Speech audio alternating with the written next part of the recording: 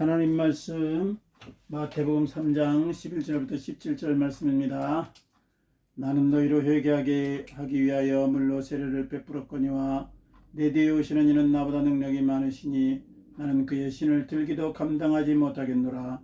그는 성령과 불로 너희에게 세례를 베푸실 것이요 손에 티를 들고 자기의 타작마당을 청하게 하사 알고 온 모아 곳간에 들이고 죽정이는 꺼지지 않는 불에 태우시리라.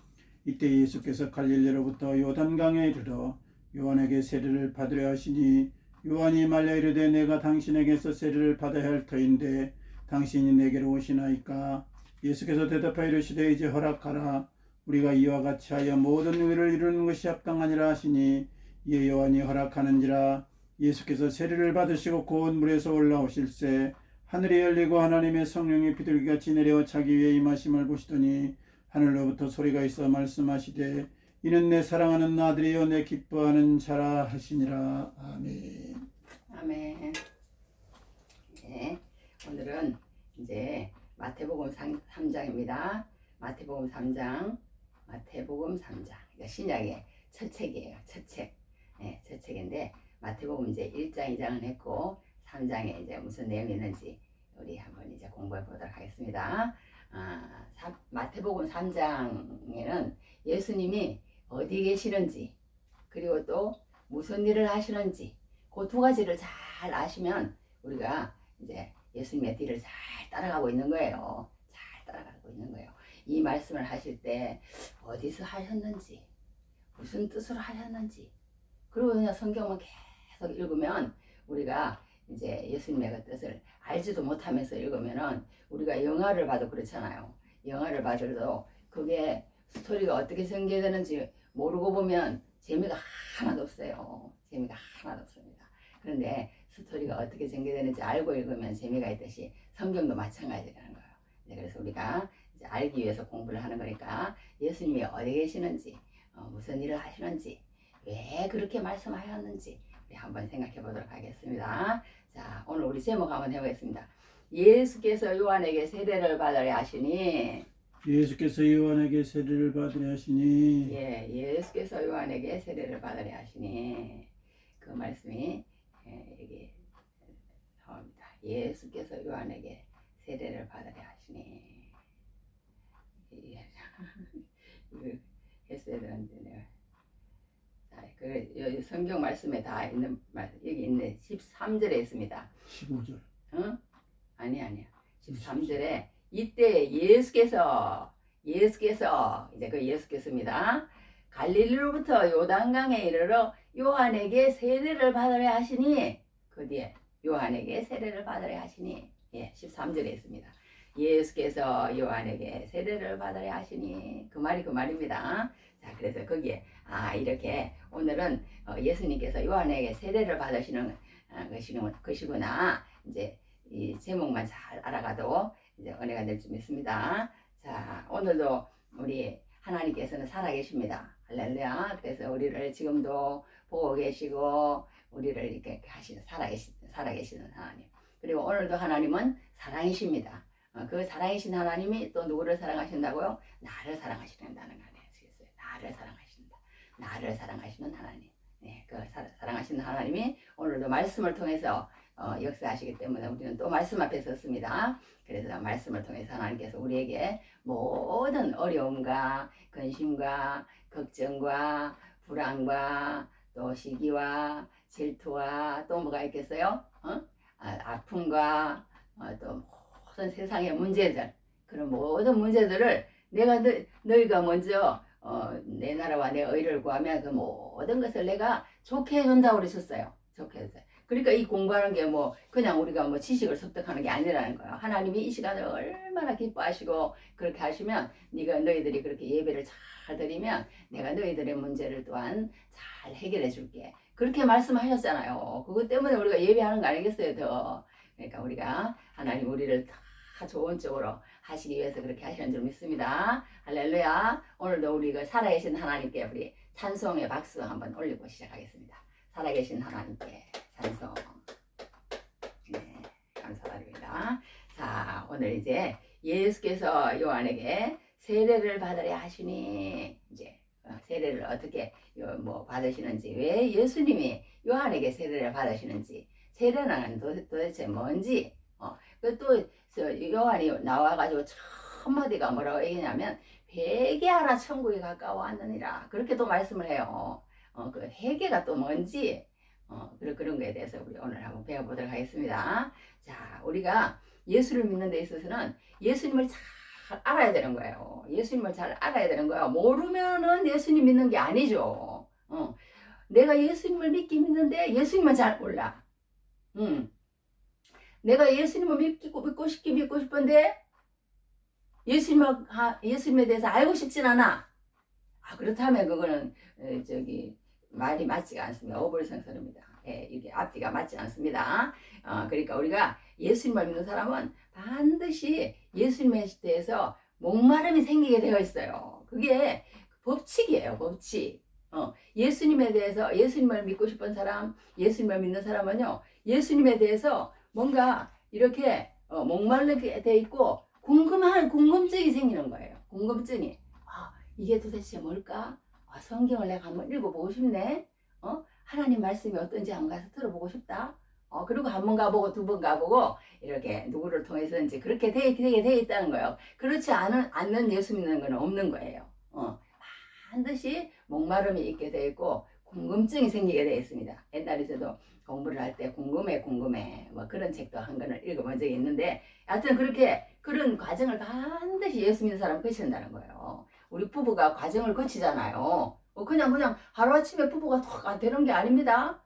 어느 날 만나가지고 얘기도 해보고 마음이 가야 되고 그래가지고 이제 결혼을 하는 거 아니에요. 예수 믿는 것도 마찬가지예요. 예수 믿는 것도 마찬가지예요.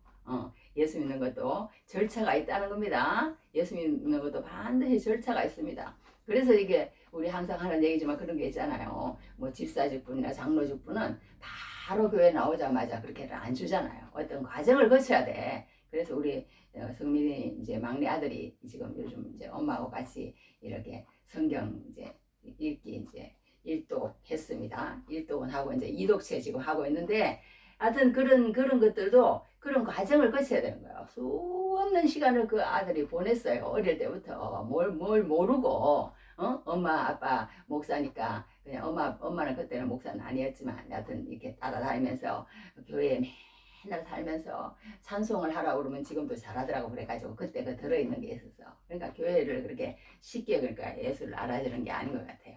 그래가지고 이제 요즘도 이제 그렇게 해서 찬송하면서 이제 그렇게 하고 있습니다. 그렇게 하고 있는데, 예수님을 믿는 것도 이렇게 우리가 잘 알아야 된다. 알아야 되는데, 옛날에 빌리그램이라는 목사님이 계셨어요. 유명한 목사님이잖아요. 막 세계로 가면은 막 엄청, 우리나라에도 초창기 어려울 때 그때 막 오셔서 전도폭 또 뭐 그런 거 많이 할 때, 그죠? 그때 막 오셔가지고 막 대폭발 그런 부흥 집회 이런 거 많이 했어요. 그래가지고 했는데, 그 목사님이 한테 이제 사모님한테 어떤 사람이 물었대요. 아니, 목사님은 어떻게 그렇게 설교를 너무 쉽게 예수님에 대해서 그렇게 잘 설명을 해주세요. 그랬더니, 네, 우리 남편은요, 예수님에 대해서요, 나보다도 더 나를 아는 것보다도, 그러니까 자기 아내를 아는 것보다도 예수님에 대해서 더 잘한다고 그러더래요. 예수님에 대해서 더 잘합니다. 더 잘 알고, 그렇게 알기 때문에 그렇게 쉽게 가르칠 수 있다는 거예요. 쉽게 가르칠 수 있다는 거예요. 그러니까 우리가 예수님에 대해서 모르면은 우리가 예수님을 믿을 수가 없다. 그런 걸 우리가 알고 지나가야 될 줄 믿습니다. 그래서 이제 우리가 이 성경에 보면요, 크게 신약은요, 두 덩어리로 나누고 수가 있어요. 물론 두 덩어리가 아니고 막 27개로 이렇게 나눠져 있죠. 나눠져 있지만 또 두 덩어리는 꼭 아니에요. 아니지만 크게 두 덩어리로 나누라 그러면 두 덩어리예요. 그게 뭐냐 하면 예수님에 대한 이야기와 사도 바울에 대한 이야기예요. 그 외에도 베드로도 유명하죠. 요한도 유명하죠. 또 야고보도 유명하죠. 유다도 유명하죠. 여러 사람 성경 쓴 사람 또 있어요. 여러 사람 많이 있습니다. 많이 있지만 그 중에서 딱 두 덩어리, 딱 두 사람만 꼽으라. 그러면은 예수님하고 베드로를 잘 알아야 돼요. 예수님이 어디 갔는지, 베드로가 어디 갔는지 그 뒤 공문이를 우리가 쫄쫄쫄 잘 따라다녀야 됩니다. 그렇지 않으면은 성경에 눈이 열리지 않는 걸 어떡하겠어요? 어떡하겠어요? 우리가 따라다녀야죠. 따라다녀야죠. 그래서 따라다니는 겁니다. 그래서 오늘 예수님을 따라서 어디로 가냐 하면 오늘은 이제 저기 예수님이 어디 사시냐면요. 저기 위에 저기 나사렛이란 산간지방에 아주 촌에 말하자면 그런 데서 살고 계셔요. 지금 예수님이 거기서 뭘 하고 계시느냐 이제 목수일을 하고 계십니다. 예수님 30세까지는 이제 지금 30세가 좀 되기 전이에요. 말해 30세쯤 됐습니다. 예수님이 됐는데 이제 그 예수님이 이제 기지개를 켜는 거예요. 말하자면 이제 사생애라고 그래요. 사생애는 뭐냐면 예수님이 공적인 하나님의 일을 하기 전을 사생애라고 그러고 이제 그 다음에 이제 공적으로 하나님의 일을 이제 시작하는 걸 공생애라고 합니다. 공생애. 또 예수님의 생애 중에서 그렇게 나누는데 사생애는 몇 살까지냐? 30살까지예요. 30살. 공생애는 몇 살까지냐? 33살까지예요. 33살에 예수님이 돌아가셨거든요. 돌아가셨는데 그 30살부터 30살까지는 말하자면 이 30살까지가 95%라 그러면 95%도 돼요. 성경 그 마테마가 누가 요한번에 그렇다 그러면 30세 전까지는 뭐 90%, 여튼 5% 정도 되나 봐요. 짧게 이렇게 기록해 놨습니다. 그거는 하나님의 영생을 얻는데 그런 어떤 뭐 예수님이 무슨 옷을 입었는지 뭐 예수님의 얼굴은 어떤지 뭐 예수님의 그런 거는 어떤지 뭐 그거 중요하지 않은 거예요. 그런 거는 그런 하나 중요하지 않아요. 그런 거는 외모나 뭐 이런 그런 것들은 중요하지 않습니다. 중요하지 않기 때문에 그런 건 한 뭐 언급이 별로 없어요. 없고 이제 저기 뭐야 예수님이 어떤 말씀을 하셨는지 예수님이 어디 가서 어떤 이적과 기사와 표적을 행하셨는지 그런 거에 대해서 주로 많이 기록해 놨습니다. 많이 기록해 놨습니다. 그런데 이제 오늘 예수님이 저기 지금 어디 살고 계시느냐 나사렛이라는 이제 시골 촌동네에 살고 계세요. 그러다가 이제 지금 이제 공생애를 시작을 하려고 그러는데 제일 처음 어디를 가시느냐 하면 이제 막 보따리를 싸시는 거예요. 이제 여행을 가시는 거죠. 여행을 가시는 건데 이제 저기 뭐야 먼데요. 그러니까 아까 보면은 제가 정확하진 않지만 한 130km, 140km 막 더 될지 모르겠어요. 그 정도 돼요. 그 정도. 하여튼 그 정도 되는 거리를 여행을 옛날 같은 경우는 막 말도 없죠. 뭐 그런 거 없어요. 그런 거 꼭 무조건 도보입니다. 그때는. 그러니 130km, 140km를 걷는다는 건 쉽지는 않은 일이잖아요. 그리고 또 거기가 가서 또 할 사역도 있고 이제 그렇기 때문에 이번에는 무슨 일을 하러 예수님이 여기 이제 오시냐면 요단 동편이라는 곳에 가세요. 거기가 베레아라고도 그럽니다. 베레아라고도 그러는데 그곳에서 성경 전체 얘기를 이렇게 보면은 이제 모세라는 사람이 이제 신명기를 베풀던 곳이에요. 그리고 엘리야라는 사람이 성천을 한 곳이고, 그러니까 이 이스라엘 땅이라는 곳은요, 거기서 거기야. 200km 반경이니까 거기서 거기라 말하면 저기 뭐야, 뭐 넓지가 않아요. 넓지가 않기 때문에 예수님이 이제 거기로 이제 그 옛날에 이제 선지자들과 그런 하던 장소에 똑같이 겹치는 곳이 많은데 예수님이 제일 처음에 이제 이 베레아라는 곳 요단 동편 그곳을 이제 가십니다. 이제 보따리를 싸가지고 가시는데 거기를 이제 이렇게 가니까 누가 있느냐 거기에 누가 있느냐 거기에 누군가가 있는 거예요. 거기에 누군가가 있는 거예요. 누군가가 있는데 누구냐? 세례요한이라는 사람이라는 거예요. 세례요한. 세례요한 우리 잘 알잖아요. 제가 얘기로 그냥 해서 세례요한은 날 때부터 조금 특수성을 가지고 태어난 사람이잖아요. 그래가지고 자기 아버지는 누구예요? 엄마는 엘리사벳이고 아버지는 사가랴입니다. 사가랴인데 그 사람들이 성전에 사는 사람들이에요. 그러니까 대제사장 뭐 제사 그런 그 막 가서 예를 하고 하는 그런 사람들이에요. 자기 아내도 아론 가문이고 막 이러다 보니까 막 같이 이렇게 성전에서 살아요. 성전에서 사는 그런 어떤 부부입니다. 그런데 막 아주 날 때부터 아주 이 사람은 막 예비한다. 성경에 그렇게 나와 내가 적어봤는데 하여튼 성경에 미리 다 그걸 얘기를 해놨어요. 그런 사람이 될 것이라는 것을 그렇게 해놨습니다. 해놨는데 하여튼 저기 세례요한이 날 때부터 그렇게 하나님의 그러니까 뜻이 있어서 다 태어난 사람이에요. 그렇게 했는데 그 세례요한이 이제 나이가 들었어요. 나이가 들었는데 그때 당시만 해도 우리 이제 지금하고 이제 사회가 뭐 항상 사는 사람들의 사는 삶이라는 게 다 그래요. 거기서 거기입니다.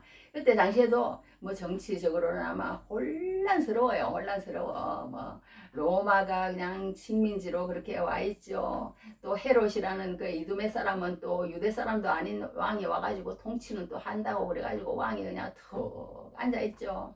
가야바와 안나스라는 대제사장들은 안나스는 그 저기 장인이거든요. 가야바는 사위고 둘이가 함께 그냥 아직까지 저기 뭐고 그 직거를 잡고 있는 그냥 막강한 집이에요. 그러니까 그런 집이 있는데 그 사람들이 그냥 온 교회 그 예루살렘 교회 모든 걸 꽉 잡고요. 돈을 그냥 꽉 치고 있으면서 그냥 막 난장판이 돼 있고 막 이런 때야. 이런 때인 거예요. 이런 때니까 막 사람들을 막 책망을 하고 이제 세례요한이 그렇게 합니다. 세례요한이 그렇게 하는데 이 세례요한이 그러니까 이제 그때 당시만 해도 이렇게 여러 파들이 있어요. 지금도 그러잖아요. 야당이 있고 여당이 있고 뭐 보수당이 있고 뭐 어쩌고 이런 거 있는 것처럼 정치도 그렇고 막 이런 종교계도 그렇고 그래요. 그런데 막 사도계파도 있고 바리새파도 있고 뭐 SNF파도 있고 열심당도 있고 막 엄청난 그 파당들이 막 많이 있는 거예요. 그때 당시에도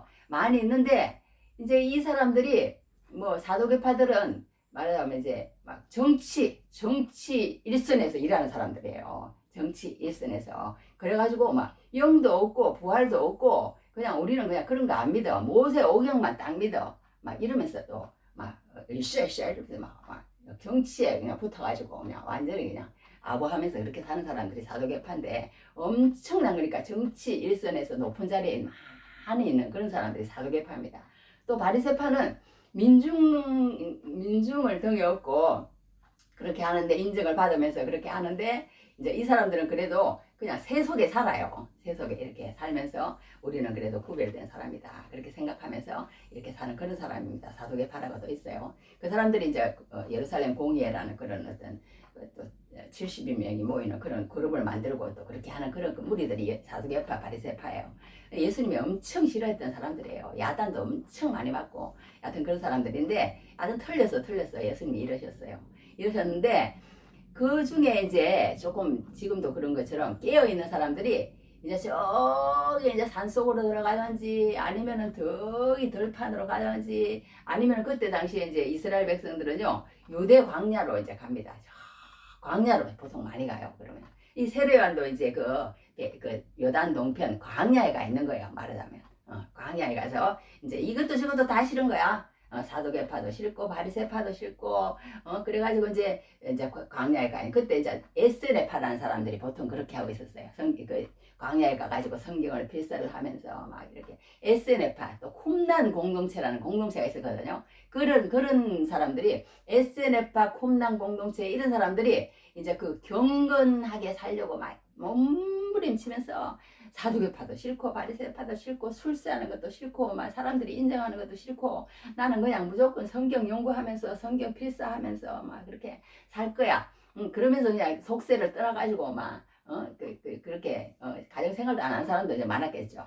이제 그렇게 해서 저기 광야에 가서 있는 그런 부류의 사람이 누구냐? 요한이라는 거예요. 요한이라는 거야. 그 요한이라는 거야. 그 요한이 그 유대 광야에 가가지고 이제 있는 거야. 그런데 거기 누가 오겠어요? 우리도 요즘 교회 하면 그런 데잖아요. 뭐 목이 좋은데 아파트 앞에 뭐 사람들이 많이 붐비는데 뭐 저기 리모델링이 잘 돼 있어야 되고 뭐 이런 말을 하잖아요. 그런 말을 많이들 합니다. 많이들 하지만 이 세례와는 그런 거 전혀 그거 안 했다는 거예요. 안 하고는 뭐 했느냐? 하나님 말씀에 집중하고 진리가 무엇이냐? 진리가 무엇이냐? 나는 전혀 사람들에게 구애받지 않고 하나님께서 원하시는 소리가 될 거야. 하나님께서 원하시는 그 말씀을 전할 거야. 그거밖에 없는 거예요. 그러니까 세례요한은 그거밖에 없는 거예요. 그리고는 이제 광야에 가서 광야에 외치는 자의 소리가 있어 그랬습니다.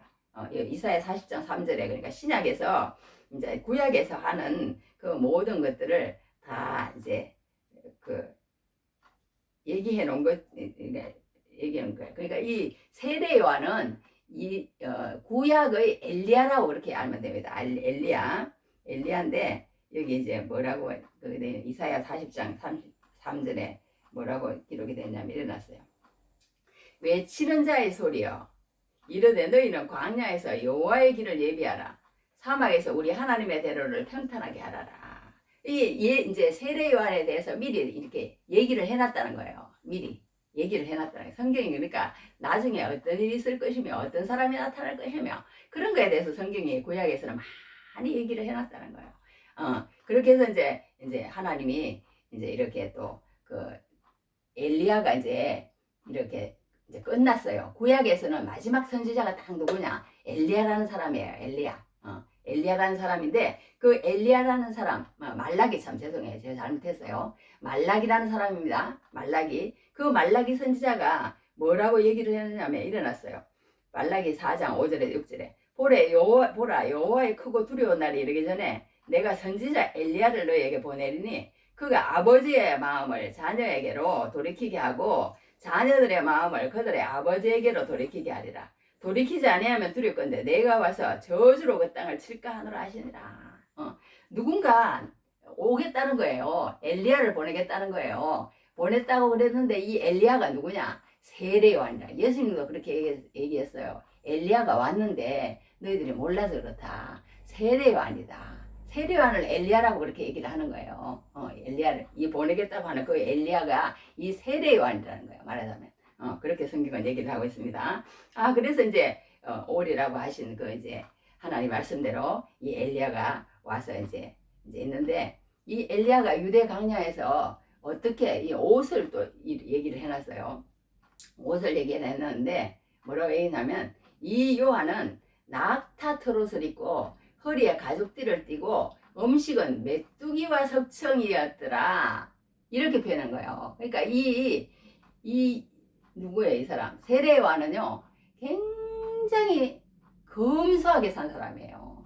옷 한 벌이면 되고, 말하자면, 막, 옛날에 뭐 어떤 사람도 그랬다고 막 기워있고 그런 청빈의 삶의 정치인을 오늘도 카카오톡에 누가 올렸던데, 쭉 내가 한번 읽어봤습니다. 그 부부가 그렇게 청렴하게 살다가 정치적으로 뭐 하다가 그렇게 갔다는 그런 얘기를 읽어본 적이 있는데, 그런 것보다도 이 사람은 더한 것 같아, 이 세례 요한은.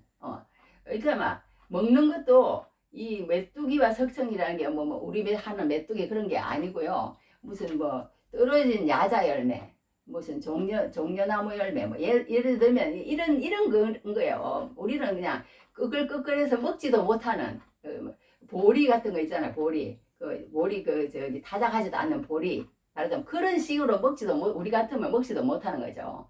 그걸 현미도 먹기 힘든데 그 껍질째 있는 보리를 먹어야 되니 얼마나 쉽지 않겠어요.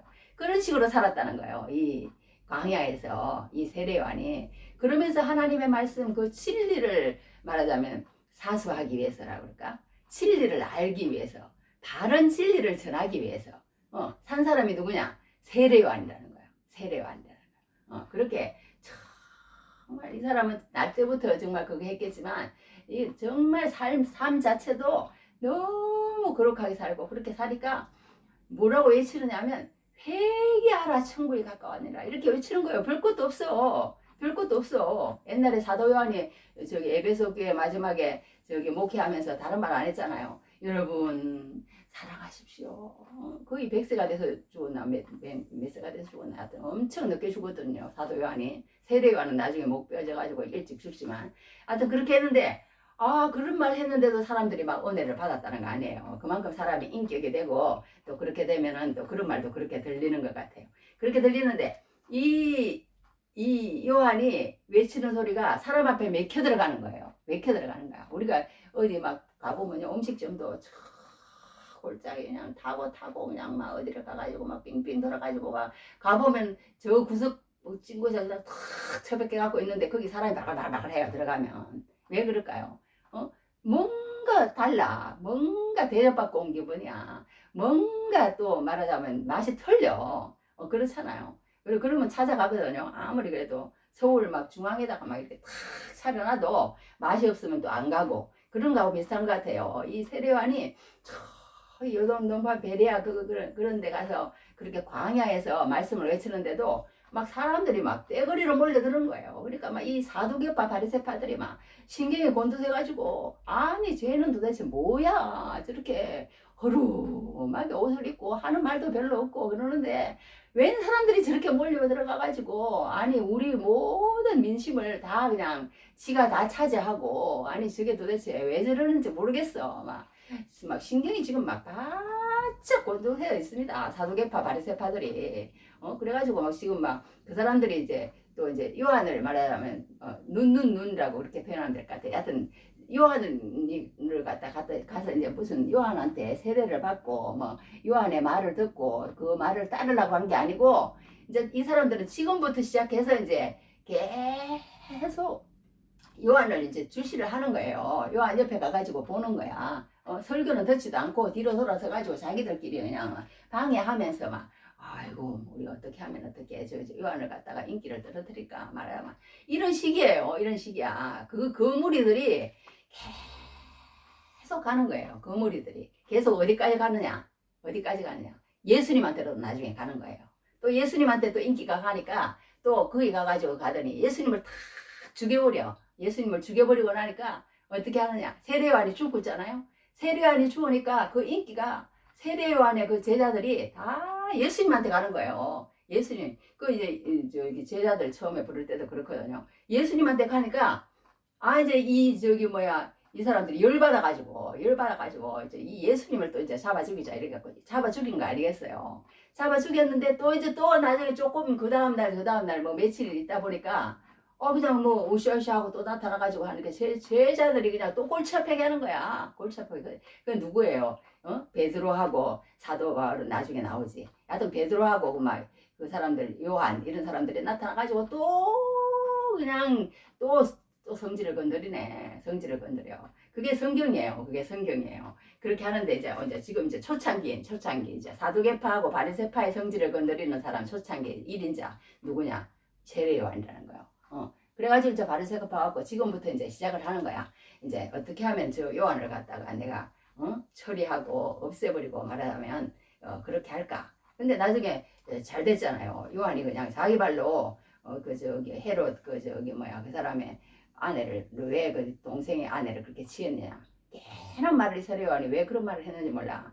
그래가지고 그냥 옥에 가둬놨다가 그냥 어떻게 무슨 날이 왔어요. 생일날이 왔어라고 춤추면 내가 너 날대로 내가 너 말대로 다 나라의 절반이라도 말하자면 줄게.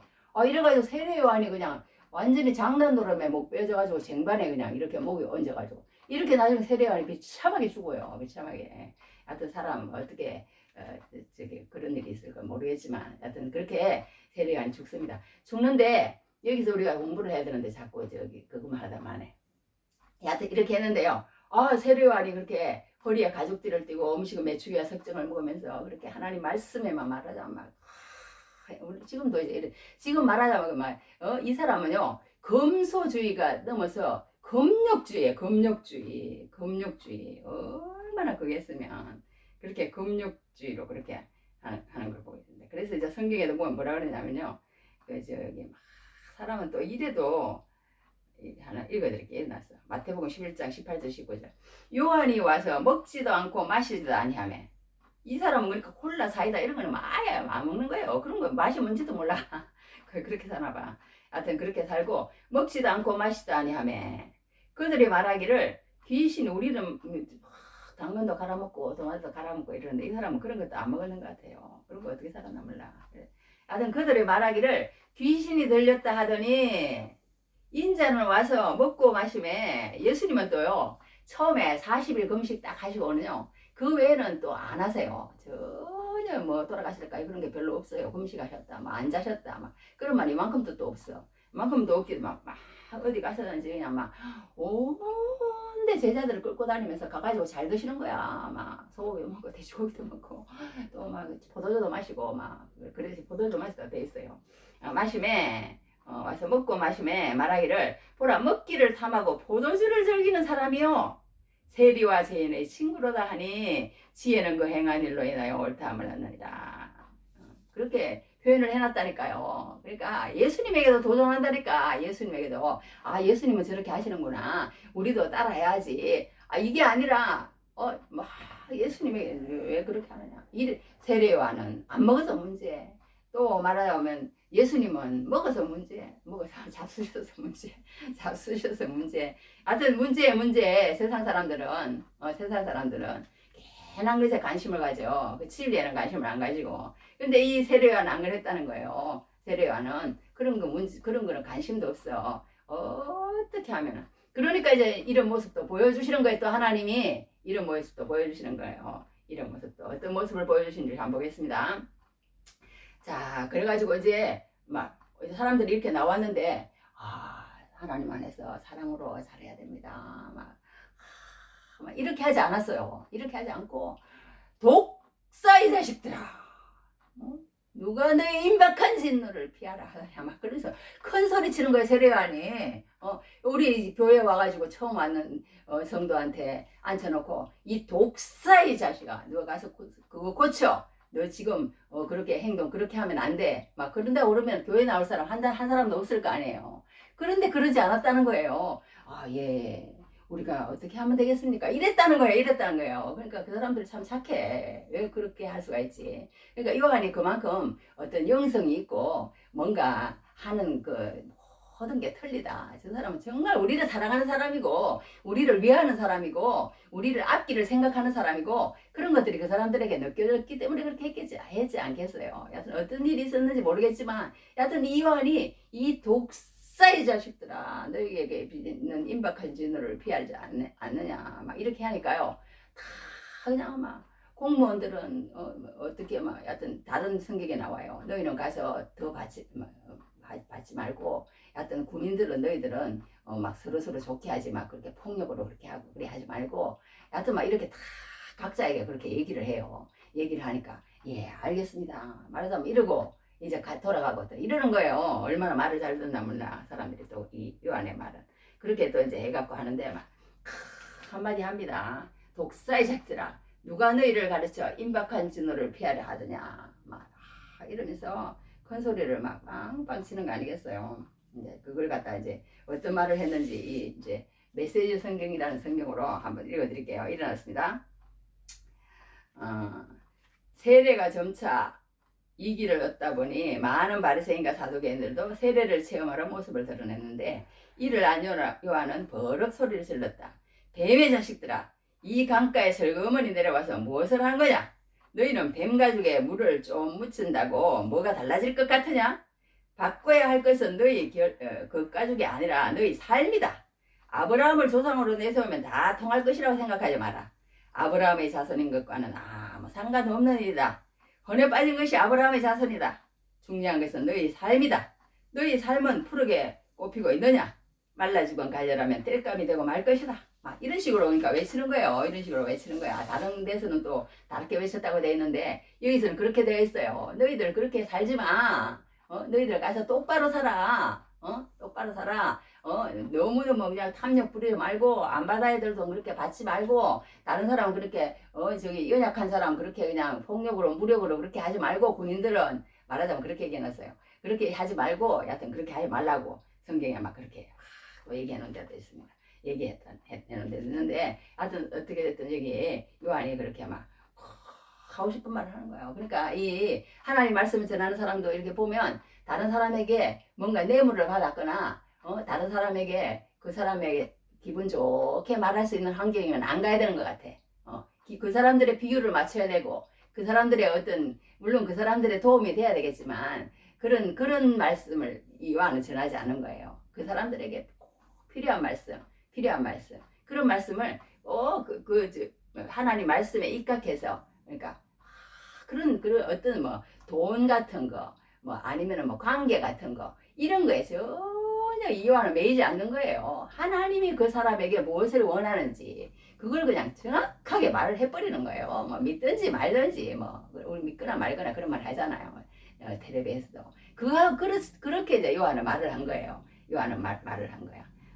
그러면서 이 요한이 중요한 것은 뭐냐면요.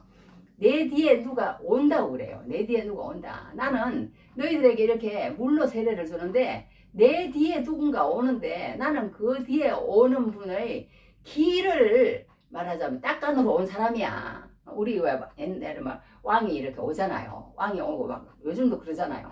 대통령이 어느 길을 지나가면은 막 그 길은 이제 잘 돼 있는지 신호등은 잘 돼 있는지 이제 그런 게 요즘은 보는 거죠. 옛날에는 왕이 오면요 이렇게 올라온 돌은 빼내고 푹 파인 곳은 흙으로 메꾸고 그런 옛날에는 작업을 했대요. 지금은 이제 뭐 도로가 이제 그거 하면 이제 보수라 도로 보수에 도로 보수. 그러니까 이 요한이 그런 일을 했다는 거예요. 내 뒤에 누군가 진짜 왕이 온다는 거예요. 나는 진짜 왕 중에 왕이 아니라는 거예요. 내 중에 그러니까 이 요한이 참 훌륭하게 뭐냐면 우리 요즘 목사님들도 마찬가지라는 거예요. 어이구 막 우리도 자꾸 이러잖아요. 나. 자기를 보게 만드는 거야. 자기를 보게 만드는 거야. 자기를 보게 만드는 거예요. 목사님들을 따르게. 우리 남편 목사님도 그런 말 잘해요. 그렇게 하면 안 된다고 그런 말 많이 하시는데 하여튼 그러면 안 된다는 거예요. 우리 예수 믿는 사람은 설교하는 사람은 뭐 어떻게 해야 되느냐? 이 세례 요한 같이 해야 된다는 거예요. 세례 요한은 어떻게 했느냐? 나는 지금 먼저 왔긴 왔는데 내 말을 들으면 내 말도 듣긴 들어야 돼. 내 말도 듣긴 들어야 돼. 왜 들어야 되느냐? 내 말을 잘 듣는 사람이 그 사람 말도 잘 듣는다는 거예요. 그 사람 말도 잘 듣는다는 거예요. 그런데 나한테 있으면 안 되고 그 사람으로 넘겨주는 거야. 넘겨주는 거야. 아 그래가지고 내 뒤에 어떤 왕이 진짜 왕이 옛날에 헐크 있잖아요. 진짜 왕이 오시는데 그 왕이 오는 길을 나는 높이 솟은 거 있으면 치우고 복 꺼진 거 있으면 메꾸고 그렇게 하러 온 사람이라는 거예요. 도로보수 하러 온 사람이라는 거예요. 나는 그의 신발끈 불기도 감당하지 못하는 거예요. 옛날에요 왕의 신을 이렇게 따뜻하게 우리도 보통 경기 같은 거 하면 야구에도 그러잖아요. 웜을하는 거 따뜻하게 해주는 그냥 대기하는 거야. 대기. 그 다음에 그걸 위해서 하는 거 그런 옛날에 왕 하면 왕의 신발을 어떻게 하는 그런 게 있었대요. 하여튼 그런 것처럼 이 왕이 오시는데 그 왕의 신발끈을 풀기도 감당하지 못하는 나는 그런 사람이야. 막 그렇게 표현을 한다니까요.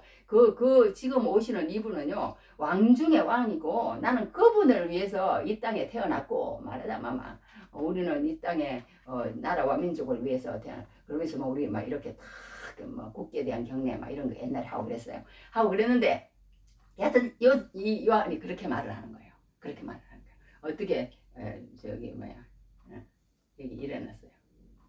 읽어드릴게요. 10절에 이미 도끼가 나무의 뿌리에 놓였으니 좋은 열매를 맺지 아니하는 나무마다 지켜버려 던져지라. 나는 너희로 회개하게 하기 위하여 물로 세례를 베풀거니와 내 뒤에 오시는 이는 나보다 능력이 많으시니 나는 그의 신을 들기도 감당하지 못하였느라. 그는 성령과 불로 너희에게 세례를 베푸실 것이요 손에 키를 들고 자기의 타작마당을 정하게 하사 알곡은 곳간에 드리고 죽정이는 꺼지지 않는 불에 태우시리라.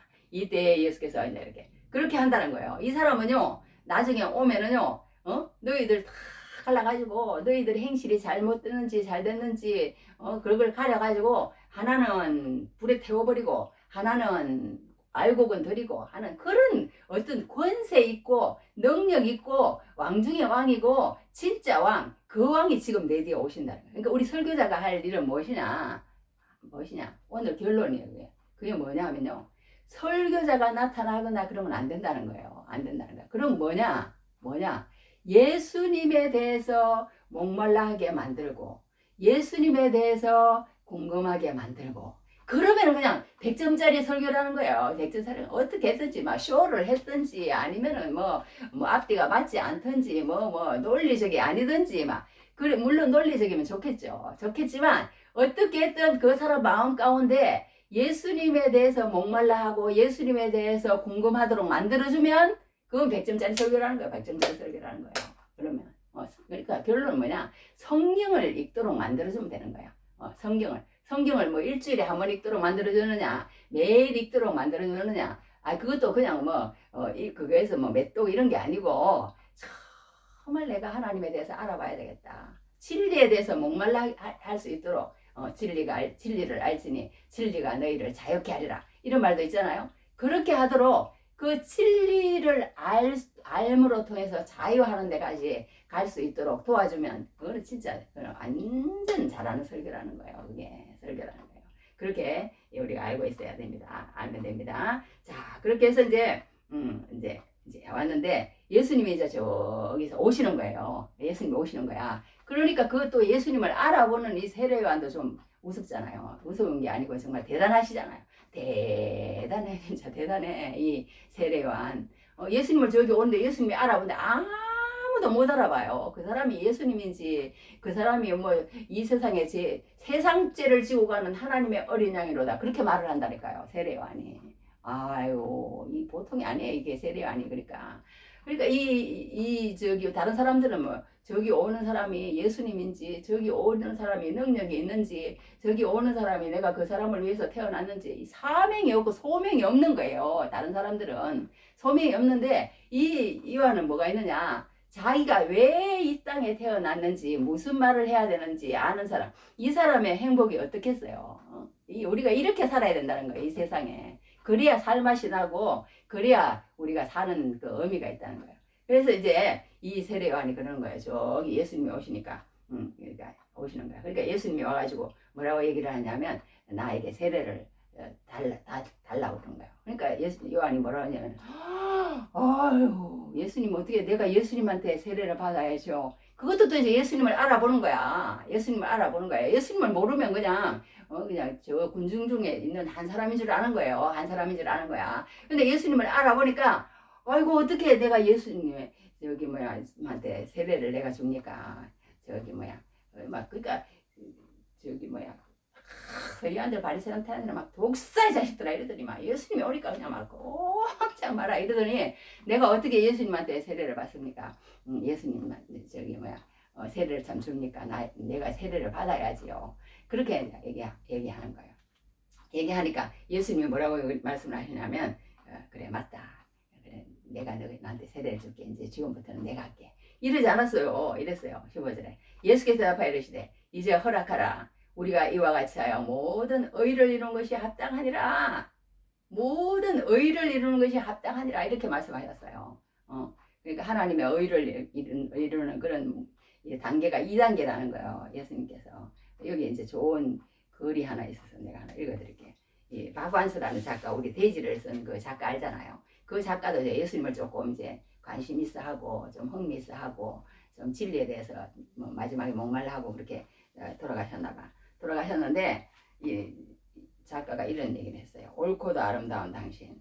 이상하지 않습니까? 요한이 그분은 나보다 훌륭한 분이어서 나는 그분의 신발을 들고 자기 수 없는 사람이다 라고 말할 정도의 예수라면 요한이 세례를 주는 것을 보고 내가 있는데 내가 무슨 자격으로 감히 세례를 베푸느냐고 크게 꾸짖던지, 죄 없는 내가 이렇게 시퍼렇게 살아있는데 죄까짓 게 감히 회개라고 사람들을 꼬셔서 죄를 고백하도록 하다니, 저런 건방지고 고약한 자는 내가 세례를 주어 콧대를 꺾어놔야겠다고 자신을 드러내지 않는 게 참으로 이상했습니다.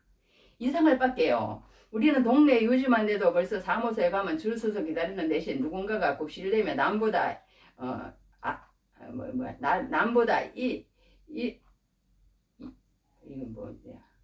남보다 일을 먼저 처리해 주기를 바라며 국회의원 정도만 되면 공항에서 출입국 절차나 세관 검사를 누군가 알아서 보통 사람보다 신속하게 대행해 주기를 바랍니다.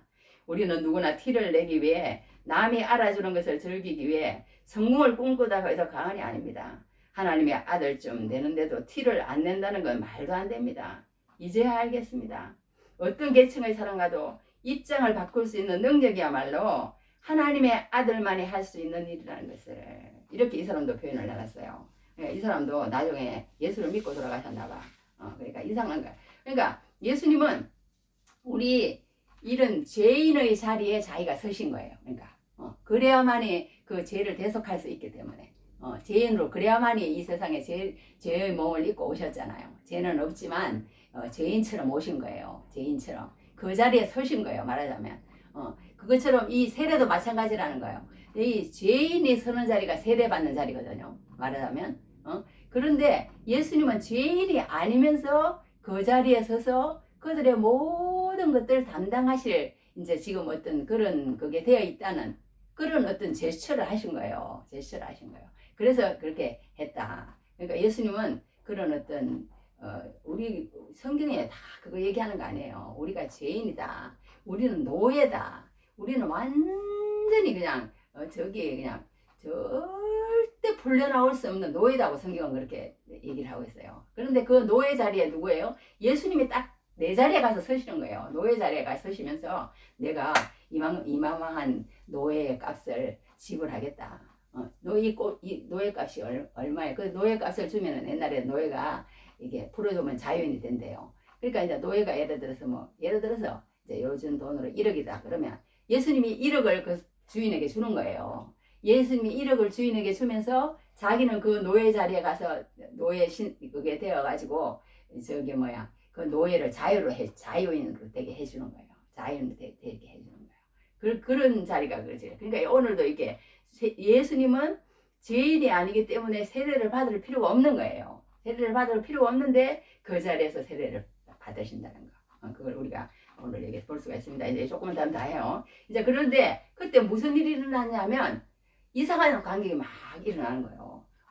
비둘기가 아닌데 비둘기 같다고 그랬어. 그러니까 그런 막 이렇게 막 이상한 모습이 나타나면서 하늘이 그냥 열리는 거야. 하늘이 열려. 하늘이 열리는데 보니까 하나님이 거기 계시는 거예요. 그러니까 여기 예수님이 세례받는 자리에 성부, 성자, 성령 그렇게 얘기하잖아요. 세 분이 다 나타나시는 거야. 하늘에는 하나님이 계시죠. 땅에는 하나님이신 예수님이 계시죠. 성령이 비둘기같이 나타나시죠. 삼위일체가 다 나오셨어요. 그래가지고는 이제 세례를 베푸시는데 그렇게 하늘이 여기 16절에 예수께서 세례를 받으시고 곧 물에서 올라오실세 하늘이 열리고 하늘이 열려야 되는 거 하늘이 열려. 우리도 이제 성경에 보면 하늘이 열렸다는 말이 많이 나와요. 하늘이 열리는 거 베드로도 그랬잖아요. 내가 너희 천국 열쇠를 준다. 그게 뭐예요? 하늘을 열고 닫을 수 있다는 거예요. 하늘을 열고 닫을 수 있다는 거예요. 야곱은 어떻게 했어요? 하늘이 열린 거 봤어요. 어디서? 베델에서 저거 성한테 말하자면 쫓겨가지고 도망가다가 그냥 베델에서 잤잖아요. 그러니까 천사가 오르락내락 하늘이 그냥 열려버렸다니까. 그런 걸 이제 보는 사람들이 있어요. 예, 야곱도 봤어요. 또 에스겔도 하나 읽어드릴게요. 에스겔 1장 1절에 1장 일어났어. 그런 정도는 이스라엘 족속에 이르기를 주 여호와의 말씀에 너희는 마음을 이게 아니네. 이게 잘못했어요. 에스겔 1장 1절 30째 넷째 달 초다새에 내가 그 발강가 사로잡힌 자 중에 있을 때에 하늘이 열리며 하나님의 모습이 내게 보이니 하늘이 열리며 에스겔에도 열렸습니다. 에스겔 엘리야도 3년 6개월 동안 그냥 하늘이 닫혔어. 엘리야가 기도하니까 그냥 비가 안 와. 그러더니 또 엘리야가 기도하니까 하늘이 열리잖아요. 열려가지고 어떻게 했어요? 비가 와가지고 또 그래가지고 막 아합한테 빨리 비가 그냥 그거 하기 전에 빨리 챙겨갖고 그냥 내려가라고 그러고 그랬잖아요. 그 성경에 그런 게 나와요. 서대반 보면 사도행전 7장 56절에 일어났어요. 사도행전 7장 56절에 뭐라고 이렇게 했냐면 말하되 보라 하늘이 열리고 인자가 하나님 우편에 서신 것을 보라 하신대. 하늘이 열리고 우리도 이렇게 하늘이 열리는 은혜가 있기를 바랍니다. 할렐루야. 하늘이 열려야 되는 거 하늘이 열려야 뭐 무슨 역사가 일어나죠. 하늘이 열려야. 자, 그렇게 하늘이 열렸다. 예수님께서 이게 저기 하늘이 이렇게 열린 것을 보게 됩니다. 하늘이 열린 것을. 그래서 하늘이 열렸다. 하나님의 성령이 비둘기같이 내려 자기 외에 임하심을 보시더니 하늘로부터 소리가 있어 말씀하시되 뭐라 그랬어요? 이는 내 사랑하는 아들이요 내 기뻐하는 자라. 우리 한번 해봅시다. 이는 내 사랑하는 아들이요 내 기뻐하는 자라. 내 기뻐하는 자. 야, 내가 너를 사랑한다. 내가 너를 기뻐한다. 끝난 거 아니에요? 게임 끝이야. 게임 끝. 우리가 하늘로부터 그 소리만 들으면 게임 끝이라는 거예요. 나 너 사랑해. 나 너 기뻐해. 이 소리 들으면 그냥 이 소리 들은 사람들이 이제 역사를 바꾸는 거예요. 이 소리 들은 사람들은 그냥 이상한 행동을 해.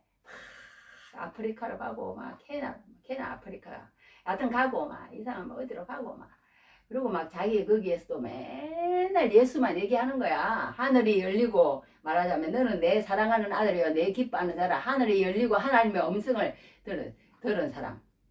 그 사람은요 가만히 있을 수가 없는 거예요. 하나님이 나를 그냥 사랑한대. 하나님이 나를 기뻐한대. 세상에 막 이러고 돌아다니는 거야. 하나님이 나를 사랑한대. 예수님 그 목소리 들으신 분 아니에요.